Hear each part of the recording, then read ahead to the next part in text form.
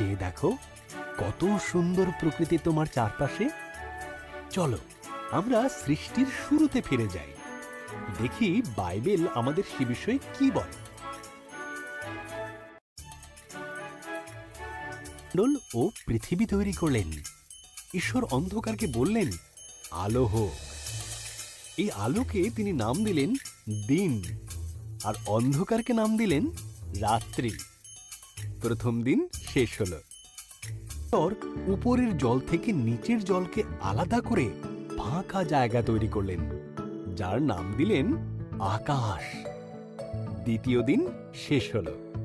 আকাশে বিভিন্ন আলো তৈরি করলেন, দিনের জন্য সূর্যকে আর রাতের জন্য চাঁদ ও তারাদের তৈরি করলেন। চতুর্থ দিন শেষ হল। সৃষ্টি করলেন জলে সাঁতার কাটার জন্য, আর পাখিদের সৃষ্টি করলেন আকাশে ওড়ার জন্য। তোমাদের সন্তান হোক, তিনি তাদের বললেন। তোমরা বংশবৃদ্ধিতে ও সুরে পৃথিবীকে ভরিয়ে দাও। পঞ্চম দিন শেষ হল। পশুদের সৃষ্টি করলেন। তিনি গৃহপালিত পশু, বন্য পশু ও সরীসৃপ প্রাণী তৈরি করলেন।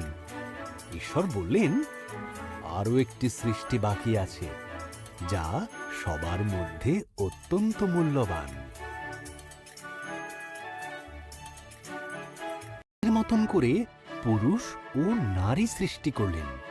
তিনি বললেন, তোমাদের সন্তান হোক, পৃথিবীর দায়িত্ব নাও, মাছ ও পশু পাখিদের যত্নে রেখো।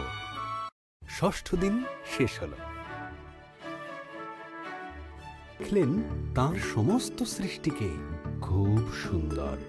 তিনি বললেন, এই সপ্তম দিনে তিনি বিশ্রামে গেলেন এবং দিনটিকে স্মরণীয় করে রাখলেন। সপ্তম দিন শেষ হল।